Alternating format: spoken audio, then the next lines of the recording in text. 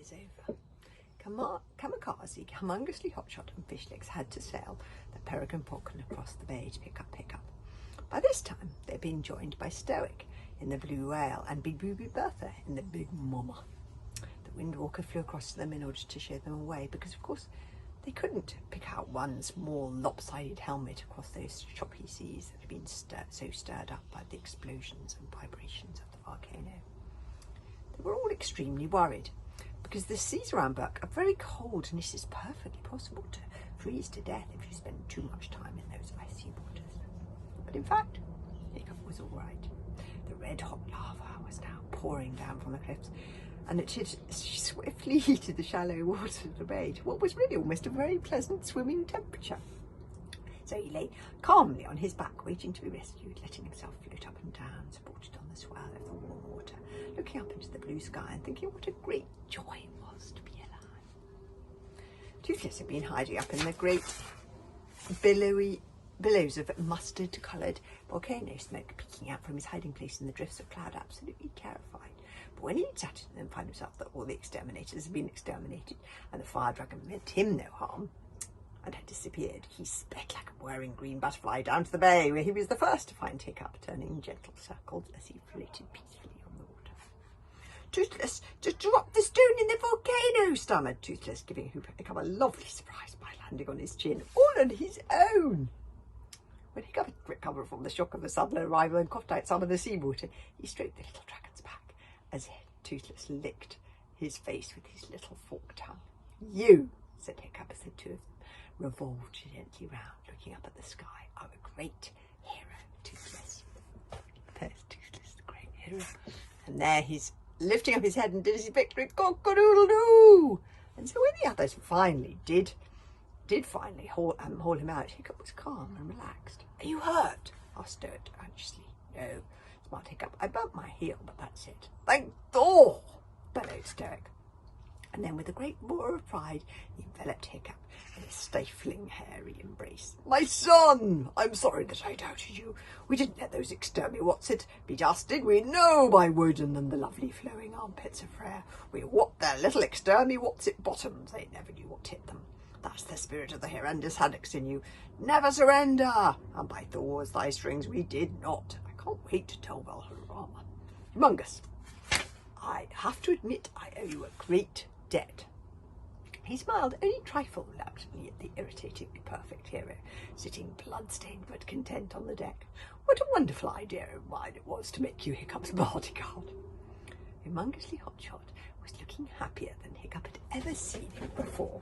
A great weight had been lifted from his shoulders. He rolled up the helmet of his farsuit and ruffled his slightly thinning but still handsome golden hair. "Well, I've forgotten what a fun questing ship could be. I really enjoyed myself there," beamed Humongously Hotshot, the hero, breezily.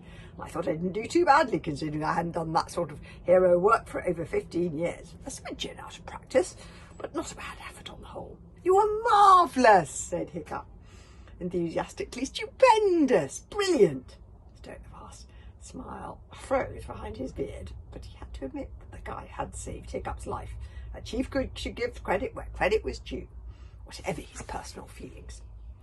"It was a fine piece of bodyguarding, Humongous. You must name your price as your reward. Anything I have is yours. Anything at all, Humongous. You just have to say the word."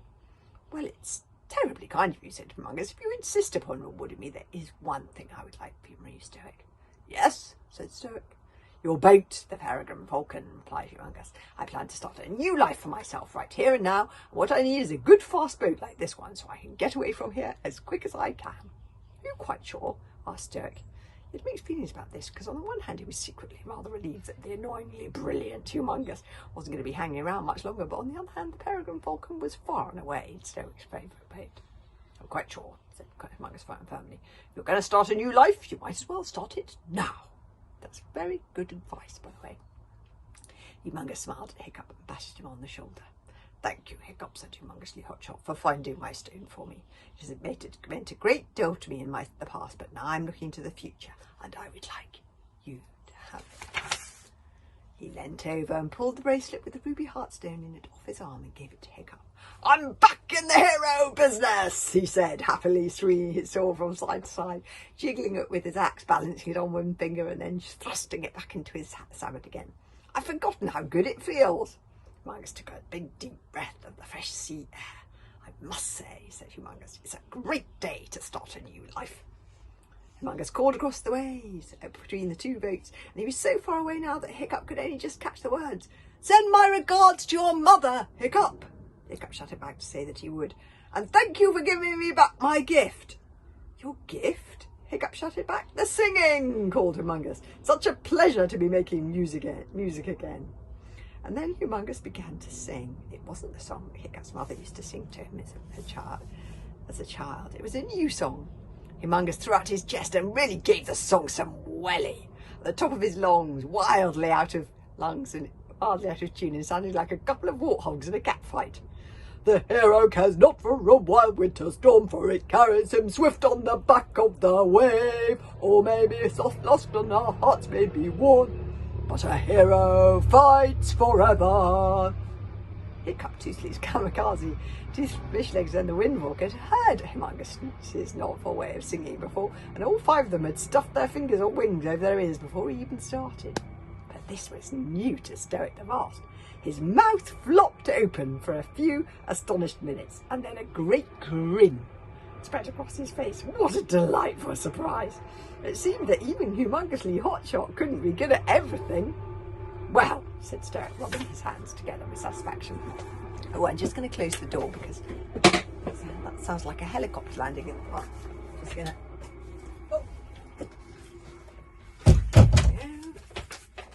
Yes. Whoops. Where were we? Yes, that's better. I think we can do better than that, boys, can't we? We certainly can, roared Gobber.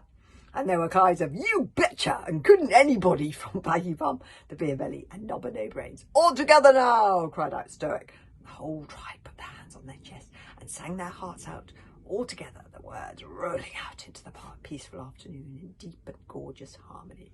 Up with the sword and strike at the gale, ride the rough seas, for the waves are your home. Winters may freeze, but our hearts do not fail.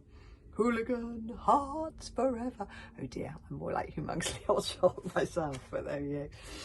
And the blue whale, carrying Stoic, Fishlegs, Hiccup, with Toothless the Windwalk, and the Hooligan warriors turned its nose towards the east, sailing along the rays of the sun towards the little Isle of Berk, a small, quiet, marshy little island that nobody notices much, but one on which there will be hooligans for as long as Great Hairy Bottom's shoe is buried in that bog. Their song was echoed by that of the Bog Burglar warriors, sailing with Kamikaze and Big Boobed Bertha and the Big Mama towards the Bog Burglar lands to the south, getting fainter and fainter as they got further and further away from the blue whale. Strong are the breasts that crush without fear, mighty the plaits that can strangle the wind, nimble the fingers that burgle the bog. Bog burglars stand together. Hiccup did not join in the singing. He stood on the deck of the blue whale, Toothless asleep on his head, the Windwalker pressed to his side, watching as the tiny dot of the Peregrine Falcon got smaller and smaller, travelling towards the west, towards new lands and new adventures, and feats of strength and daring sagas that Hiccup felt sure that he would hear about some time in the future. And even when the Peregrine Falcon was so small that it was a tiny moving speck on the horizon, Hiccup still fancied that he could hear the faint, out-of-tune noise of Humongous's singing. The hero cries out, cares not for the wild winter storm, for it carries them swift on the back of the wave. All may be lost and our hearts may be worn, but our hero fights forever. Humongously Hotshot was back in the hero business. So that's kind of the end of the story, but the epilogue, which is always my favourite, is tomorrow. I'll read you the epilogue tomorrow. See you then.